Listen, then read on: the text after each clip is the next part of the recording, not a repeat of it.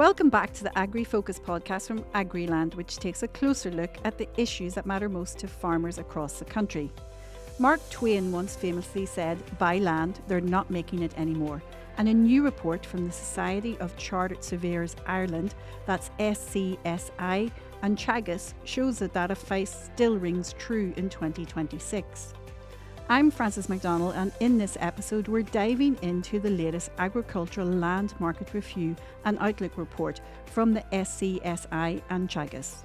It paints a picture of a land market that's still growing, but facing real pressure from rising costs, global uncertainty and shifting farmer behaviour.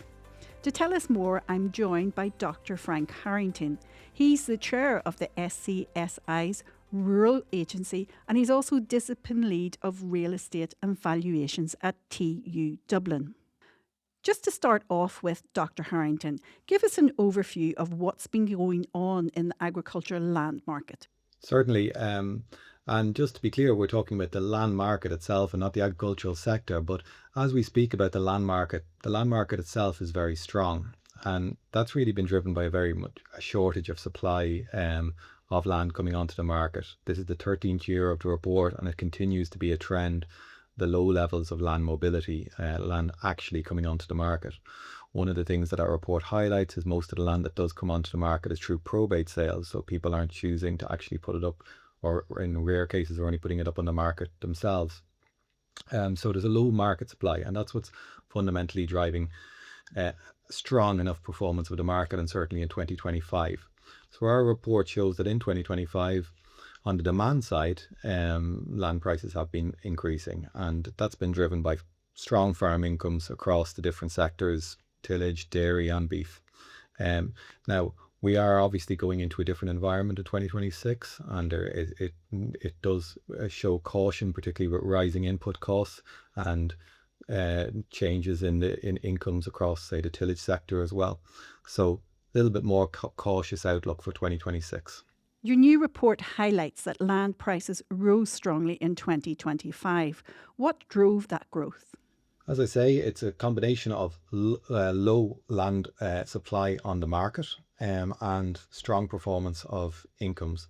We're lucky to work with Teagasc, who are the experts, doing their family farm income surveys and looking at the actual income growth of the various different sectors. And the growth can be very much aligned to those sectors that are performing very well in that. And one of the striking things in the report is the variation across counties. We're seeing places like Wexford and Kildare at the top end, while counties like Leitrim remain much lower. Why is there such a big gap in land values across regions? Again, we can look at the different uses in those areas. As most of your listeners are probably well aware, the different types of uses that you might see in, say, a Wexford versus a Leitrim. You might see a lot more dairy and tillage down in Wexford with the sunny southeast, whereas up in Leitrim you're looking at more sort of forestry and beef uses. And if you look at the incomes and both in the average family farm, there's a stark difference. So the land quality, what you can do on the land, and the relative comparisons in the income play a huge role. Obviously, you were saying in this report that it is in its 13th year. Are we seeing the differences narrowing when we talk about big gaps in land values? For example, are we seeing specific trends that have emerged? Well, certainly this year's report is showing some changes in that, all right. What we note is an increase in Connacht and Ulster, in land prices, a significant increase there, and less so in Leinster. But we have to consider that in the context of having a lower land price in the first instance, so it's from a lower base. So the increases the percentage increases are more significant when you see it.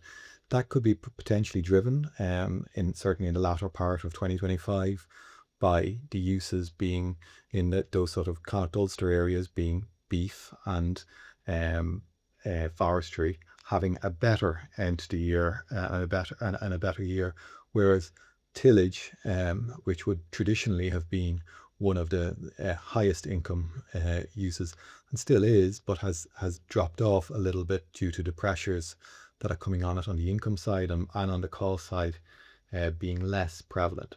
So I think there is sort of a narrowing between between those regions, but in my opinion, it's sort of a narrowing based on the specific instances of the previous year, as opposed to it likely leveling off. And the report highlights that only about 0.5% of land comes into the market each year. That's an incredibly tight supply. It is. It's something that we've been very aware of, and we think it is a limiting factor. On it, as I say, it's impacting on high land prices, but that has significant consequences across various different issues. For example, this low land mobility, it's making it more difficult for young farmers to purchase and get on the land market on the land market scale.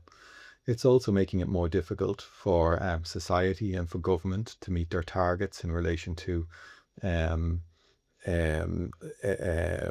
for example, forestry targets.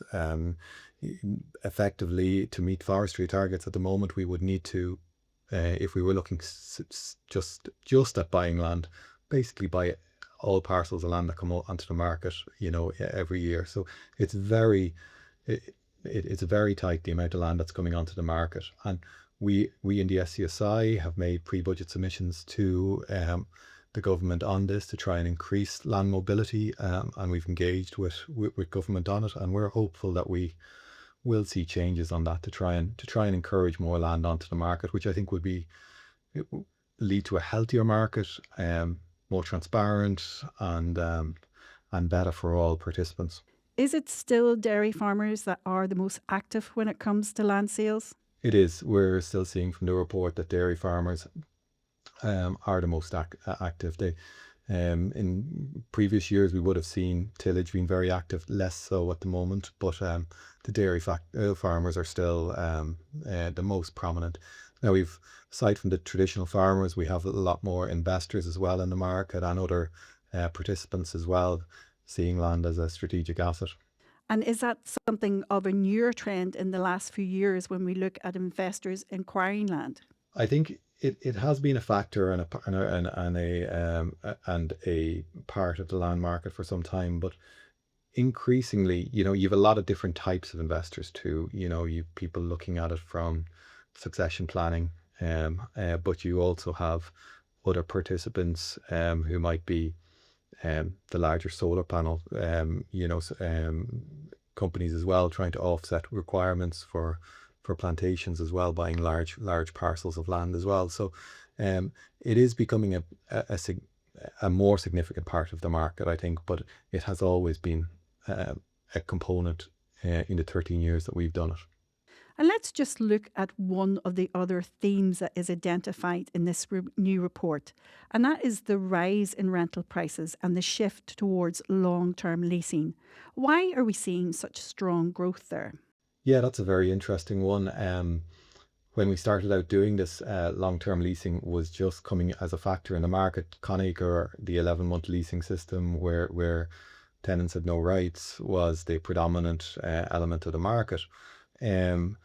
The reason it was brought in, as many of your listeners will know, is that, with that 11-month system, tenants had no rights and they weren't able to invest in the land, and they needed to invest to make improvements for various environmental benefits or different reasons. But they were unprepared to do that if they didn't have security of tenure. So long-term leases were brought in as a mechanism to sort of incentivize landowners to give security of tenure, and in return they were given favourable tax breaks to rent the land. That has succeeded and been successful for both parties, in that the owners of land now see it as an attractive option, and it sometimes takes years to sort of bed into the market and people to get more secure with giving out longer term leases. And tenants see it as a significant advantage, because they can obviously they can plan ahead and know what land they have for forthcoming years, and make significant investments. The other factor that is sort of relevant in that is that if you look at the demographics of the farming industry in Ireland, they are getting older, and as they get older, oftentimes maybe in certain sectors like the dairy sector, which is quite intensive use, as your listeners know, they may be thinking, well, what are my options as I come towards pension age? Could I go into beef, or could I take things a little bit less intense or or easier? And I suppose in recent years, with the availability of long-term leases with tax breaks, more and more are considering, well, maybe if I just actually lease my land to a younger farmer, I can get the income tax free, and it's an attractive option. So that seems to be coming out from the survey of our agents, that this is becoming an increasing prevalence, partly because of that, as the demographics get a little bit older. And what does that mean for land mobility? Is that going to help young farmers get started? Yeah, I think it is. I think it's certainly one good option for land mobility. So and we have seen younger farmers. The survey has shown that younger farmers are getting availing of this a little bit more. So it is a little bit more accessible. But ultimately, I mean, I think for land mobility, we just need more land to come onto the market. For both sale and leasing. And that is a challenge. And I really there are measures that probably can support it, but we all know the factors, in an Irish context, that are long held, that it's going to take a long time to change to change the dynamics of that. Obviously, this report has been published against the backdrop of a very crucial situation in the Middle East. Input costs are rising here in Ireland and there is a lot of uncertainty. So, how significant are those cost pressures when you're analysing land trends? I think there's sort of two components to this. I think they are very significant. I've spoken quite a bit about how incomes and profitability play a major factor into the decision making process. So with rising increased costs, be it fertilizer or other measures, it is going to have a play into the decision making of it. However, we are also still in the position where low land mobility is an issue, low supply. And most people who are buyers of land, the majority of people who are buyers of land, are looking more in longer term dynamics than the short the geopolitical term. They're in typical investment decisions, you're looking at 10 to 20-year horizons. Oftentimes, buyers of land are looking in generational dimensions. Land comes up so infrequently that, say, if land comes up beside their local farm, it may be a once in a generational opportunity to acquire that land. And while there is short-term risk factors, they may still be willing to go ahead with the investment. And that's really why we see a steady increase in land prices, I think, over the years, despite various different shifts that occur, be it COVID, be it, various different factors that impact on the, agricultural market. And how is this translating into confidence levels on the ground amongst farmers? I think that, yeah, there is clear awareness that farmers on the ground are, much more cautious this year. There is no doubt about that. Everybody is aware of the geopolitical challenges and potential risks, and I think risks, it's all down to risk and return, comes into it, and there is a significant impact in risk. Looking ahead, your new report forecasts about 4% growth in both land prices and rental values. But does that feel realistic given the current conditions, and is it hard to predict at this time? It's very hard, very challenging. What I will say is that we're in the 13th year of the report, and in previous years we've been fairly close to accurate in it, and that's based on our expertise and experience, on it. Now, this year is particularly challenging, and I will also say that this survey was primarily conducted in January and February. As I say, we're at the end of April now. So, if you took the survey today, you might have a different response. I think, that looking at the environment, it's certainly risky, and I think that maybe the 4% is probably on the upper side, given the changing factors. That if we did it today, I think it would be slightly lower. But saying that, low supply seems to be continuing to be an issue, and some sectors are still performing quite well, despite the challenges.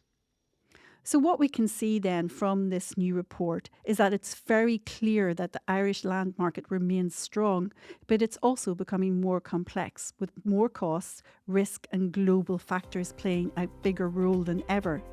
My thanks to Dr. Frank Harrington, Chair of the SCSI's Rural Agency and also Discipline Lead of Real Estate and Valuations at TU Dublin, for joining us on this episode. If you enjoyed this podcast, please don't forget to rate and review the AgriFocus podcast on Spotify, Apple Podcasts, or wherever you get your podcasts. Thanks for listening.